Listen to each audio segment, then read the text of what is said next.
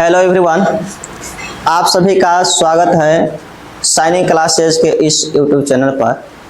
अगर आप नए होंगे तो इस यूट्यूब चैनल को सब्सक्राइब कर लीजिएगा ताकि जो भी नए वीडियो डाले जाएं वह आप तक पहुंच पाए। उम्मीद है कि आप सभी स्वस्थ होंगे, मस्त होंगे।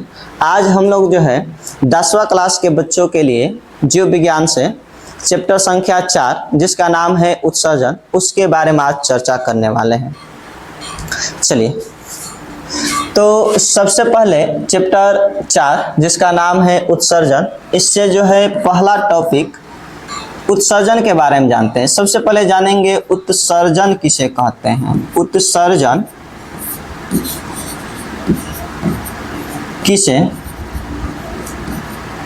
कहते हैं। चलिए, तो परिभाषा समझते हैं। शरीर में होने वाले विभिन्न उपापचयी क्रिया। अब यह उपापचयी क्रिया क्या है? तो शरीर के अंतर्गत होने वाली सभी जैव रासायनिक क्रिया उपापचयी क्रियाएं कहलाती है। जैसे प्रोटीन का बनना, ग्लूकोज का विखंडन, यह सभी उपापचयी क्रिया के अंतर्गत आती है। तो परिभाषा में हमने बताया कि शरीर में होने वाले विभिन्न उपापचयी क्रियाओं के फलस्वरूप उत्पन्न हानिकारक, विषैले या अनुपयोगी पदार्थों को शरीर से बाहर निकालने की प्रक्रिया जो होती है उसे उत्सर्जन कहा जाता है। उसे क्या कहा जाता है? उत्सर्जन। या इसे शॉर्ट भाषा में कह सकते हैं कि विभिन्न क्रियाओं के फलस्वरूप शरीर में बनने वाले हानिकारक, विषैले, अनुपयोगी पदार्थ को शरीर से बाहर करना ही क्या कहलाता है? उत्सर्जन कहलाता है। तो उम्मीद है कि आप परिभाषा समझ पाए होंगे उत्सर्जन किसे कहते हैं। अगला टॉपिक समझते हैं कि उत्सर्जी अंग कौन कौन होता है। मानव शरीर में प्रमुख उत्सर्जी अंग।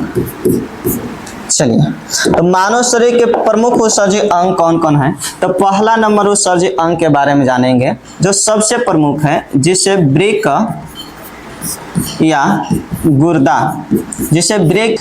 अगला है फेफड़ा, जिसे लंग्स कहा जाता है। अगला है त्वचा, जिसे स्किन कहते हैं। अगला है यकृत, जिसे लीवर कहते हैं। तो आप देख रहे हैं कि मानव शरीर में प्रमुख उत्सर्जी अंग कौन कौन है। पहला नंबर हमने यहाँ पे लिखा है वृक्क, गुर्दा। गुर्दा कौन से पदार्थों को उत्सर्जित करता है? क्योंकि उत्सर्जी अंग है तो कौन से पदार्थों को शरीर से बाहर निकलता है? तो बाहर निकालने वाले पदार्थ होते हैं यूरिया। यूरिया का उत्सर्जन करता है, जल का उत्सर्जन करता है एवं लवण का उत्सर्जन करता है मूत्र के रूप में। अगला उत्सर्जी अंग है फेफड़ा, जिसे लंग्स कहते हैं। लंग्स जो है कार्बनिक पदार्थों के विखंडन के फलस्वरूप बने कार्बन डाइऑक्साइड को बाहर निकालता है।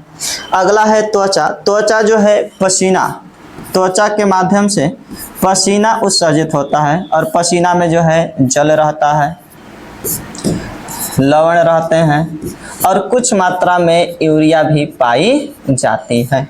अगला है यकृत। यकृत जो है यह पीत वर्ण का उत्सर्जन करता है। तो अभी आपने जाना कि 4 ऐसे अंग हैं जिनके माध्यम से मानव शरीर में उत्सर्जन की क्रिया होती है। चलिए अगला टॉपिक की ओर हम लोग बढ़ते हैं। हम लोग समझते हैं कि मानव शरीर में जो उत्सर्जी पदार्थ बन रहा है वह पदार्थ किनके विखंडन से बन रहा है। तो चलिए उसको जानने से पहले हम लोग उत्सर्जी पदार्थ के बारे में जानते हैं। तो अगला टॉपिक हम लोग के पास आता है उत्सर्जी पदार्थ। उत्सर्जी पदार्थ, चलिए उत्सर्जी पदार्थ के बारे में हम लोग जानते हैं। उत्सर्जी पदार्थ क्या है? तो मानव शरीर में प्रोटीन, अमीनो अम्ल पाए जाते हैं और इन्हीं प्रोटीन और अमीनो अम्ल के विखंडन के फलस्वरूप जो हानिकारक और विषैले पदार्थ जैसे कि यूरिया, अमोनिया और यूरिक अम्ल का निर्माण होता है। और यूरिक अम्ल का निर्माण होता है। इन्हीं पदार्थों को उत्सर्जी पदार्थ कहा जाता है। हमने कहा कि मानव शरीर में प्रोटीन, अमीनो अम्ल के विखंडन के फलस्वरूप विभिन्न प्रकार के जो है नाइट्रोजनी पदार्थ का उत्सर्जन होता है। वह नाइट्रोजनी पदार्थ को उत्सर्जी पदार्थ कहा जाता है। उनमें यूरिया, अमोनिया और यूरिक अम्ल प्रमुख है। चलिए समझते हैं।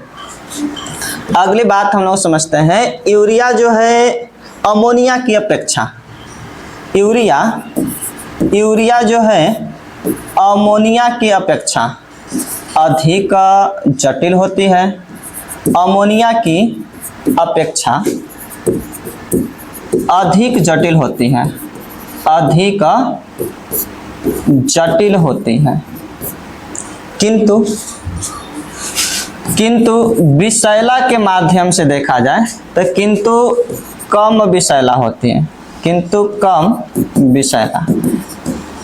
विषैला अर्थात यूरिया ऐसा पदार्थ है, उत्सर्जी पदार्थ है जो अमोनिया से कम विषैला होती है, लेकिन इसकी जो संरचना होती है काफी जटिल होती है। और ठीक इसी बात को उलट करके कहें तो अमोनिया जो होता है वह अमोनिया यूरिया की अपेक्षा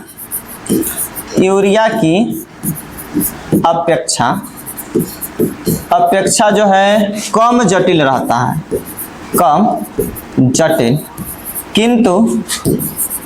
किंतु अधिक विषैला होता है, अधिक विषैला। यानी कि सिंपल से बात हमने समझा कि अमोनिया अधिक विषैला और जो है यूरिया कम विषैला होता है। चलिए अगला जो है पॉइंट के बारे में हम लोग बात करते हैं।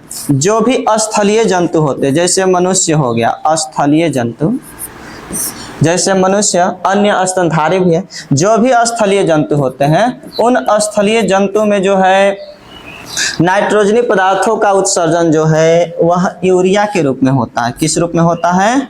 यूरिया के रूप में। जैसे मनुष्य में नाइट्रोजनी पदार्थ किस रूप में उत्सर्जित होगा? तो यूरिया के रूप में। किस रूप में? यूरिया के रूप में। अगला पॉइंट समझती लिया, रेप्टिलिया को हम लोग कहते हैं सरीसृप। क्या बोलते हैं? सरीसृप। एवं यह दोनों वर्गों में उत्सर्जित पदार्थ जो है यह यूरिक अम्ल के रूप में उत्सर्जित होता है, यूरिक अम्ल के रूप में। तो हमने बताया जैसे मनुष्य है, गाय, भैंस है तथा अन्य जंतु है, यह जंतुओं में जो है उत्सर्जित पदार्थ किस रूप में बाहर निकलते हैं? तो वह निकलते हैं यूरिया के रूप में। अगर वहीं बात करें सांप, छिपकली, कछुआ, मगरमच्छ, तो इन सभी या किसी भी प्रकार के मोर, कबूतर, इन पक्षी में बात करें तो इन पक्षियों में जो है उत्सर्जित पदार्थ किस रूप में निकलते हैं? तो यूरिक अम्ल के रूप में। किस रूप में निकलते हैं? यूरिक अम्ल के रूप में।